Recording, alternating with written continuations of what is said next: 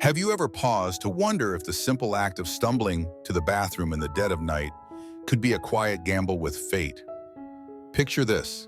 The house is silent, the world outside cloaked in shadow, and there you are, half asleep, navigating a dimly lit path like a sailor lost at sea.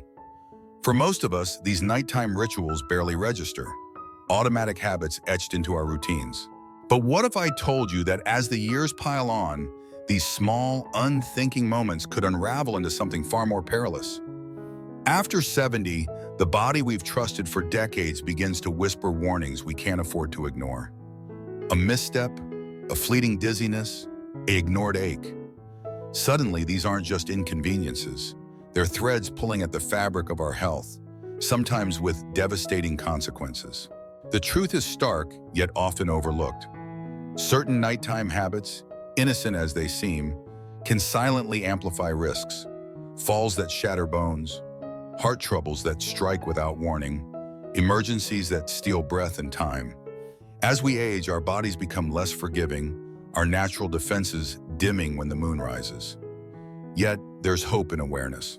In this journey together, we'll uncover 5 nighttime habits seniors should reconsider.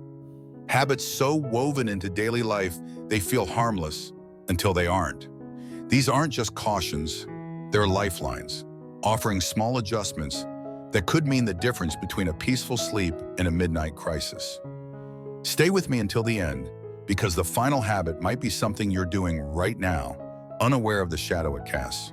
Let's step into the night and begin. Number 1, rising like the wind. Imagine waking from a dream, the call of nature tugging you from the warmth of your bed. You swing your legs over the edge, plant your feet, and stand. Fast, instinctive, like you've done 1,000 times. It's a tiny act, a blip in the night. But for Charles, 75, that fleeting moment turned into a nightmare etched in his memory. A proud man who'd lived alone since his wife passed, Charles had always prided himself on his independence. That night, though, as he rose swiftly to answer his bladder's summons, the room tilted, his vision blurred, a kaleidoscope of shadows, and before he could grasp the bedpost, he was falling. The nightstand met his temple with a sickening thud, and when he awoke, sprawled on the hardwood floor, pain radiated through his skull. He dodged a fractured skull by sheer luck, but the lesson lingered. Getting up too quickly can be a silent saboteur. This habit, rising from bed like a sprinter at the starting gun, is one of the most deceptive dangers seniors face. As we age, the body's ability to regulate blood pressure falters, a condition called orthostatic hypotension creeping in. Stand too fast, and blood plummets from your brain, leaving you dizzy, unsteady, teetering on the edge of collapse. For seniors, a fall isn't just a tumble, it's a potential fracture, a head injury, a life altered in an instant. The peril lies in its unpredictability. You might feel fine for a heartbeat, only to sway as you shuffle toward the bathroom. The body still groggy, the heart straining to catch up. That sudden shift from horizontal slumber to vertical motion jolts the cardiovascular system, demanding oxygen the brain might not receive in time.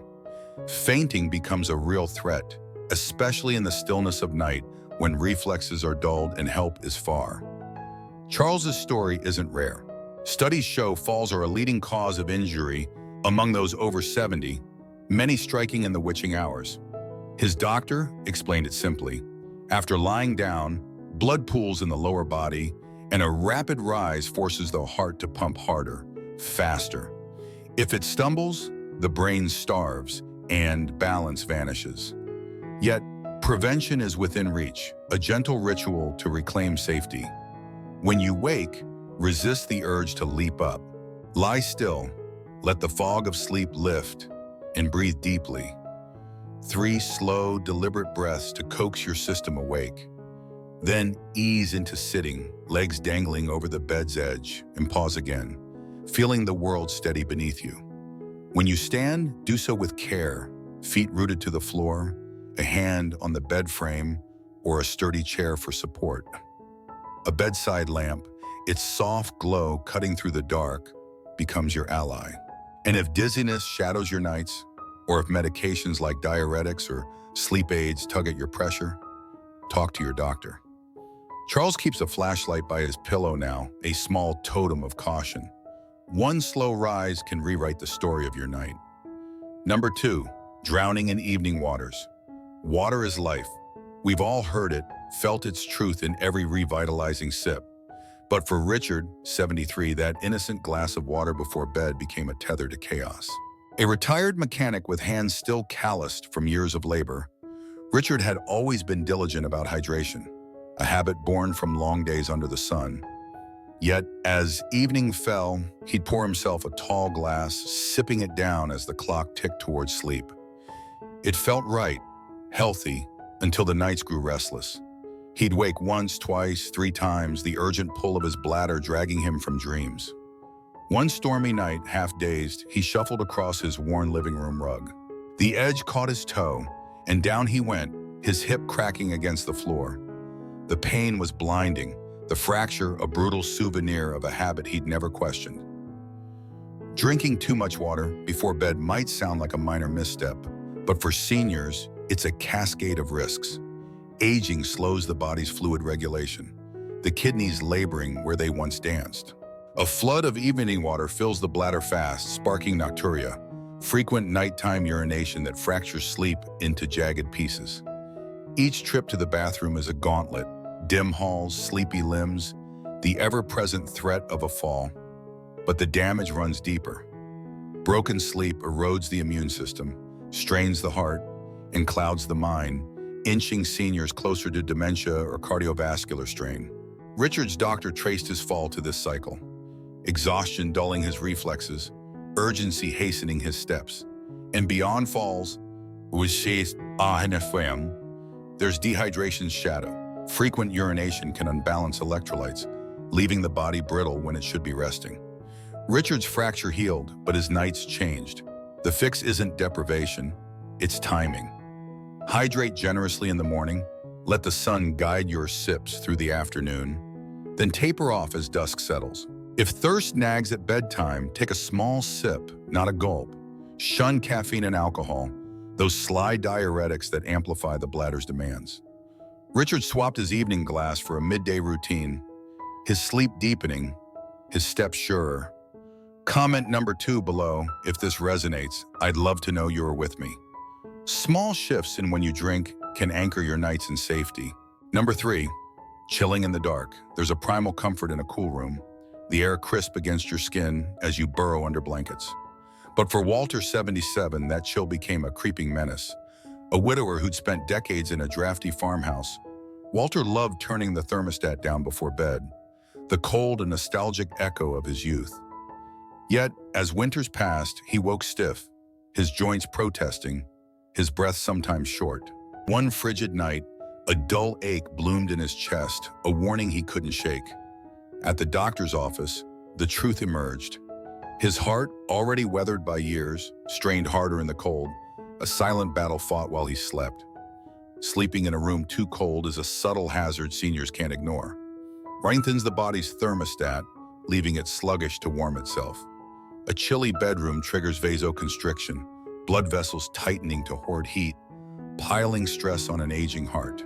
For those like Walter, with arteries less forgiving, this can spike blood pressure, irregular rhythms whispering of heart attacks or strokes. Cold thickens blood too, coaxing clots that could steal breath or life. And it's not just the heart at risk. Immunity wanes in the chill, lungs labor in dry air, inviting infections that linger in older lungs. Walter's headaches and shortness of breath were clues, his body pleading for warmth. The remedy is balance. Keep your room moderate, not a sauna, but a cozy haven, perhaps 65 to 70 degrees Fahrenheit. Layer blankets, slip on socks, let a humidifier soften the air. Walter traded his thermostat habit for a warm water bottle at his feet, his mornings brighter, his chest quieter. Warmth isn't indulgence, it's armor for the night. Number 4, brushing off the whispers of the chest. What if the faintest twinge in your chest, a fleeting shortness of breath, was your body's desperate Morse code, a signal you dismissed as static? For Edward, 74, those whispers became a roar he couldn't silence. A retired teacher with a gentle laugh and a love for late-night crosswords, Edward had grown used to the occasional dull pressure beneath his ribs. It wasn't sharp, not the dramatic agony of movie heart attacks, so he chalked it up to indigestion, a quirk of age. One humid summer night he stirred from sleep, his breath shallow, a faint clamminess on his brow. "Just the heat," he murmured, sipping water before drifting back to slumber. Morning broke with a collapse, his legs buckling as he reached for his slippers, his family rushing him to the hospital. The verdict was grim. A mild heart attack had slipped through the night, unnoticed, its damage done.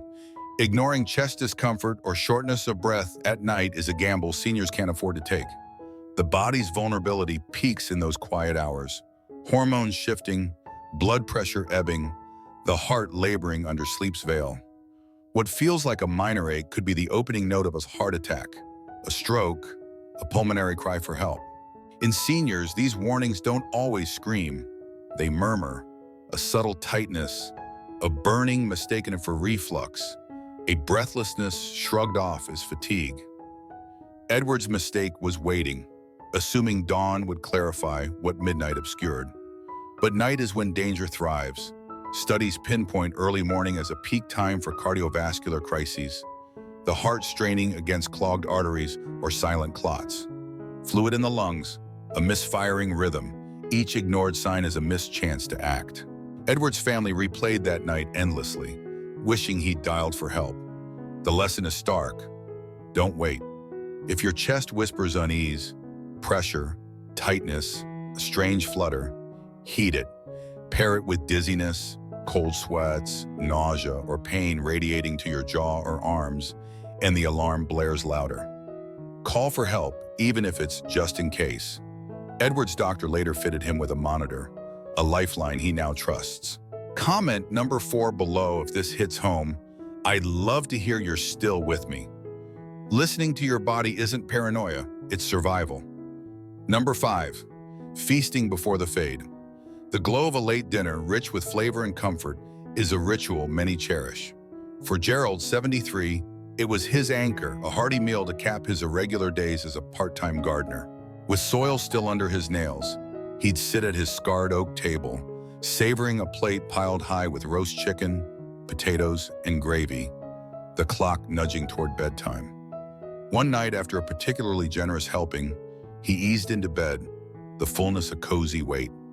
Hours later, a cough jolted him awake, sharp and persistent, his chest tight with an unfamiliar rasp. He rubbed it off as a fluke, but the wheezing lingered, a chronic echo that puzzled him. His doctor's diagnosis was a jolt. Silent aspiration, tiny traces of food or acid slipping into his lungs, sparked by lying down too soon after eating. Sleeping right after a heavy meal is a habit that cloaks danger in comfort. As night slows the body's rhythm, digestion drags, a full stomach pressing against the diaphragm. Acid reflux, GERD to the medical world, creeps up, searing the esophagus with heartburn or a cough that won't quit. For seniors like Gerald, whose swallowing reflexes have softened with age, the risk deepens. Lying flat invites stomach contents to wander into the throat, the airways, triggering silent aspiration. Over time, this can scar lungs, spawn infections, even bloom into aspiration pneumonia, a thief of breath and vitality. But the heart feels it too. Digesting a feast diverts blood from vital organs, dropping pressure, straining a ticker already taxed by years. Gerald's late feasts, once a joy, had turned traitor. The fix is timing, a dance of restraint. Finish your last big meal 2-3 hours before bed. Let your body process in peace. If hunger gnaws late, reach for a whisper of a snack. A banana's gentle sweetness, a spoonful of yogurt, a scattering of nuts. Gerald shifted his dinners earlier, propping his pillow higher to ease the reflux. His cough faded, his night steadier. The table still holds his stories, but now it respects the clock. Final thoughts, a night reclaimed. As we draw the curtains on this journey, let the night settle around you, a canvas of shadows and possibilities. These 5 habits, rising too fast, drowning in evening water, chilling too deep, ignoring chest cries, feasting too late, seem small, threads in the tapestry of routine. Yet for seniors, they're fault lines, quiet risks that can crack open into chaos. Charles, Richard, Walter, Edward, Gerald, each stumbled, each learned, their stories lanterns in the dark.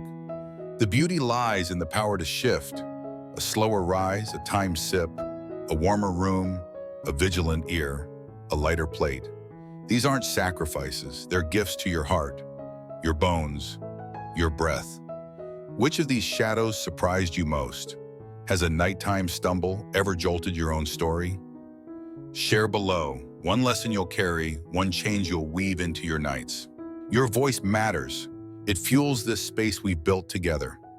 Caring for yourself isn't just daylight's domain. It's the choices you cradle when the stars take over. If doubt lingers, let your doctor's wisdom guide you. Safety isn't a burden.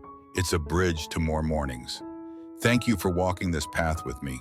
Drop a comment. Tell me what struck you, what you'll dream me.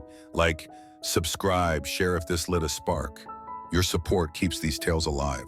Until the next night unfolds, sleep wisely. You've earned it.